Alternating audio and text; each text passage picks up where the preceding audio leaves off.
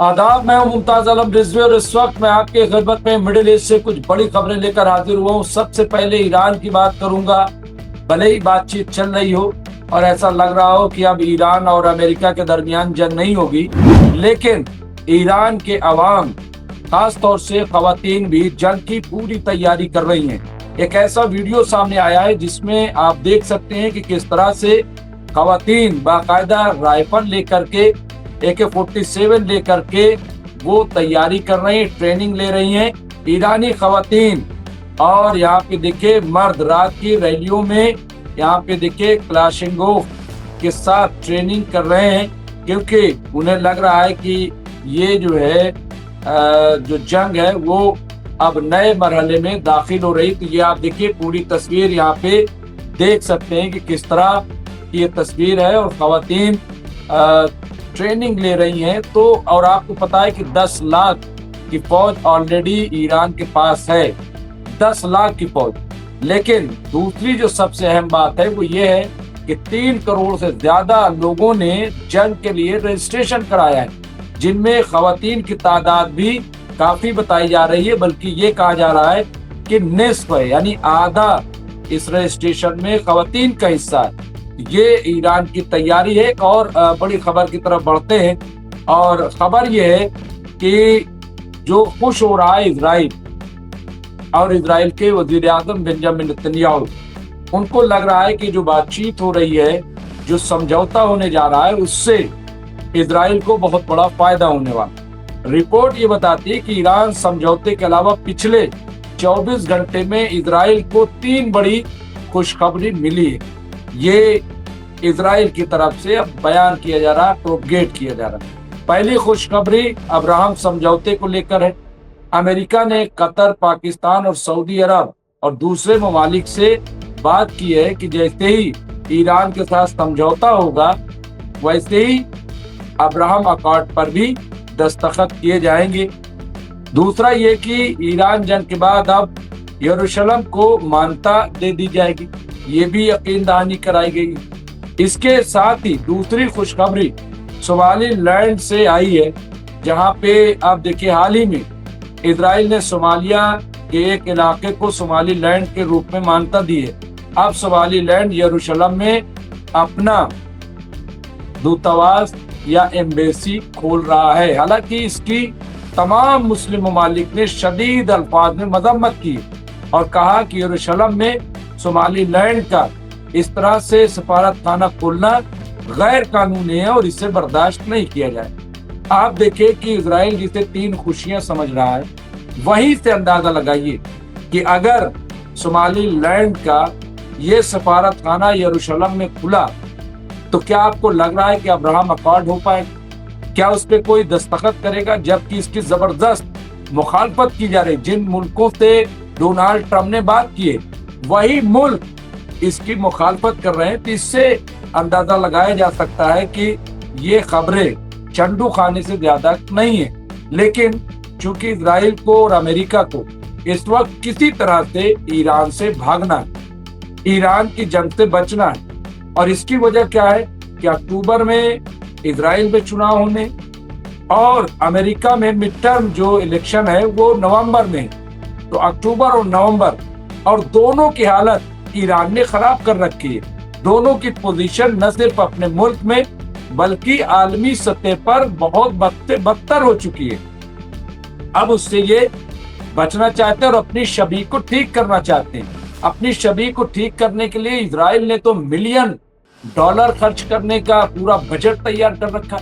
लेकिन जिस तरह से अभी जो फ्रीडम फ्लोटिला और समूद फ्लोटिला के कारकुनान के साथ जो ज्यादती की गई है, उसको लेकर के पूरी दुनिया में बेन गवीर और बेंजामिन नेतन्याहू की जबरदस्त मुखालफत हो रही है और उनके खिलाफ नारेबाजी हो रही है, उनके पुतले जलाए जा रहे हैं, इजराइल अमेरिका मुर्दाबाद के नारे लगाए जा रहे हैं। तो ये भी एक सच्चाई है और इससे इनकार नहीं कर सकते।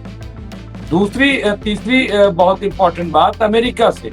आप देखिए कि जब यहाँ पे न्यूयॉर्क में हर साल इजराइल डे मनाया जाता है, इजराइल डे के मौके पर वहाँ पे परेड होती है और अब तक की तारीख है 61 साल की। کہ جو मेयर रहता है वो उस परेड को लीड करता है। पहली बार ऐसा हो रहा है कि वहां के जो ममदानी है, मेयर हैं, उन्होंने उसे लीड करने से मना कर दिया है। यही नहीं बल्कि नगबा को भी उस दिन याद किया है, उस पर भी तकरीर किया। तो ये आप देखिए, ये है इजराइल की पोजीशन इस पर। एक और बड़ी खबर की तरफ बढ़ते हैं, वजारत खारजा से। यहाँ पे सयूनी इदारे मुआहदे को नुकसान पहुंचाने की पूरी कोशिश कर रहे हैं और हम तवक्को करते हैं कि इजराइल की तरफ से तमाम मुज़ाकराती अमल को तारपीडो करने के लिए कुछ इक़दाम किए जाएंगे। कुछ भी खारिज इम्कान नहीं है। अब यहाँ पे शक पैदा हो गया वजारत खारजा ईरान को कि ये जो हमारी बातचीत हो रही है इसमें इजराइल रुकावट पैदा कर सकता है, लेकिन हम लोग अपनी बातचीत में आगे बढ़ रहे हैं। और मैं आपको बार बार एक चीज कह रहा था कि ये जो पाकिस्तानी डेलीगेशन हो या कतरी डेलीगेशन हो या तुर्की हो, ये सब जो ईरान पहुंच रहे हैं ये इसलिए कि कोई भी बात ये फोन पे नहीं करना चाहते। इनको इस बात का खदशा है कि कहीं ऐसा ना हो कि बात इजराइल तक पहुंच जाए, इसलिए ये बड़ी खामोशी से ईरान में अपने डेलीगेशन को भेज करके और अपनी बातें आगे बढ़ा रहे हैं। और ये डोनाल्ड ट्रंप कर रहे हैं। इसीलिए ये खबर भी चल रही थी कि क्या डोनाल्ड ट्रंप अब इजराइल को साइड लाइन कर रहे हैं, जबकि डोनाल्ड ट्रंप कहीं ना कहीं यकीन दहानी कराते हुए नजर भी आए हैं कि हम जो भी फैसला लेंगे वो इजराइल के हक में होगा। ये भी बीच बीच वो बोलते रहे। बहरहाल अब इन आवाजों का मकसद अमेरिका को न खत्म होने वाली जंगों के शैतानी दायरे में घूमना है और वो ऐसा करते रहेंगे। मतलब ये कि ये जानबूझ करके अमेरिका को जंग में फंसा रहे हैं, जबकि अमेरिका जो है अब जंग से बाहर आने की कोशिश कर रहा है, वो जंग में नहीं रहना चाहता। और यही सच्चाई है। अमेरिका किसी भी सूरत में इस वक्त ईरान के साथ जंग से निकलना चाहता। जो अमेरिका के वाइस प्रेसिडेंट है जे डी वेंस, उन्होंने तो कहा कि 47 साल अब हो गया जो होना था, अब हमें नए सिरे से नया सफर शुरू करना है। एक और खबर की तरफ बढ़ते हैं। इस सवाल के जवाब में कि क्या अमेरिका के साथ इब्तदाई मुआहदे के मसौदे में लेबनान समेत तमाम मुआहदों पर जंग को रोकना शामिल था। अब यहाँ पे खबर आ रही है, इस बात की तस्दीक की गई है। अब यहाँ पे देखिए, बार बार ईरान कह रहा है कि जंगबंदी हो, लेकिन जंगबंदी सिर्फ ऐसा नहीं कि ईरान के साथ होगी, बल्कि लेबनान भी उसमें शामिल होगा। लेबनान पे हमला नहीं करना है। जिस तरह से इजराइल लगातार लेबनान को निशाना बना रहा है, उससे यहाँ पे हम नाराजगी साफ साफ देख रहे हैं। ईरान कह रहा है कि यहाँ पर भी हमला बंद हो, गाजा पर भी हमला बंद हो। तो पूरे खित्ते में दरअसल वो बात करना चाहता है। हालांकि अमेरिका की तरफ से ये कहा गया है कि पहले हम आपस में बात कर लेते हैं और उसके बाद लेबनान पर बात होगी। बिल्कुल इसी तरह कि जैसे ईरान कह रहा है कि पहले स्टेट ऑफ हुर्मुस और तमाम जो हम पे पाबंदियां उस पर बात कर लेते हैं, न्यूक्लियर पर बाद में बात करेंगे। तो बहरहाल अभी कुछ भी तय नहीं, लेकिन ये तस्वीर जो आ रही है वो बहुत क्लियर है। अब यहाँ पे ईरान के सदर मसूद पेज़ेश्कियान का भी बयान है। उन्होंने कहा कि हम दुनिया को यकीन दिलाने के लिए तैयार हैं कि हम जौहरी हथियारों के ख्वाह नहीं हैं, हम खित्ते में अदम इस्तेकाम नहीं चाहते। अब ये देखिए, ये पहली बार नहीं हुआ, बल्कि अब तक कई बार मुसलसल ईरान इस बात को कहता रहा। जब आयतुल्लाह सैयद अली खामनाई साहब आया थे तब भी उन्होंने इसे हराम करार दिया। उसके बाद जो नए सुप्रीम लीडर आए उनके हवाले से भी ये खबर आई है कि उन्होंने भी कहा है कि हम न्यूक्लियर बम नहीं बनाएंगे। अब मसूद पेज़ेश्कियान ने एक बार और कह दिया है, भाई हम बनाने नहीं जा रहे, हमारा मकसद यूरेनियम को इनरिच करने का, अपनी तवानाई को मजबूत करना है, बम बनाना नहीं है और हम नहीं बना रहे हैं। और पूरी दुनिया को ये यकीन दहानी करा रहे हैं। अब यहाँ पे इस बात को लेकर के डोनाल्ड ट्रंप काफी मुतमईन नजर आ रहे हैं। वो कह रहे हैं कि ईरान मान गया, हालांकि वो ये भी उड़ा रहे थे कि ईरान अपना तमाम जो यूरेनियम है वो अमेरिका के हवाले कर देगा, लेकिन ईरान ने इससे इनकार कर दिया। क्यों? क्योंकि आयतुल्लाह सैयद अली खामनाई साहब ने पहले ही ये कहा था कि हम बम नहीं बनाएंगे, लेकिन हमारा एनरिच्ड यूरेनियम ईरान में ही रहेगा, ईरान से बाहर कहीं नहीं जाएगा। اب کل ایک اور چونکانے والی بات آ رہی، انہوں نے کہا کہ ہو سکتا ہے کہ یہ جو 60% ہے انریچڈ یورینیم یہ صرف دکھاوا ہو، بہت ممکن ہے کہ 90% والا کہیں الگ رکھا ہو۔ اب اس کے بارے میں کون جانے گا، کیسے پتا چلے گا؟ تو یہ بھی اپنے آپ میں اس طرح کی خبریں چل رہی ہیں۔ اچھا، ہم نے بھی کہا تھا کہ اصفہان کی بات ہو رہی ہے، لیکن ہو سکتا ہے کہ کہیں اور بھی ایران نے رکھ رکھا ہو۔ تو یہ دیکھیے اس طرح کی خبریں آتی رہتی ہیں۔ اب یہاں ایک اور خبر، ایران کے سپریم لیڈر کے اعلیٰ مشیر جو ہیں انہوں نے کہا امریکہ ہرمز کے ساتھ پھنسا ہے اور پہلے کبھی امریکہ واپس نہیں آئے گا۔ اب انہوں نے کہا کہ جس بری طرح سے اسٹریٹ آف ہرمز میں پھنس گیا ہے امریکہ، آئندہ ایسی غلطی نہیں کرے گا، وہ ایران آنے کی ہمت نہیں کرے گا۔ محسن رضائی جو ہے جنہوں نے 16 سال تک IRGC کی کمانڈ کی ہے، تنظیم کی تاریخ کا سب سے طویل عرصہ، اور اس وقت ایران کے نئے سپریم لیڈر مجتبیٰ خامنائی کے فوجی مشیر کے طور پر خدمات انجام دے رہے ہیں۔ تسنیم نیوز ایجنسی کو بتایا کہ ایران نے امریکہ کے خلاف ایک تاریخی فتح حاصل کی ہے، کیونکہ جنگ کے خاتمے کے لیے مذاکرات جاری ہیں، اور یہ اسے تاریخی اس لیے کہا گیا ہے، اور ایک لمبی تاریخ ایران کی، یعنی 4-5 ہزار سال کی پوری تاریخ ایران نے پیش کی ہے کہ کب کب ہم نے فتح حاصل کیا اور اس سے اسے منسلک کیا کہ ہم نے یہ جنگ جیتی ہے۔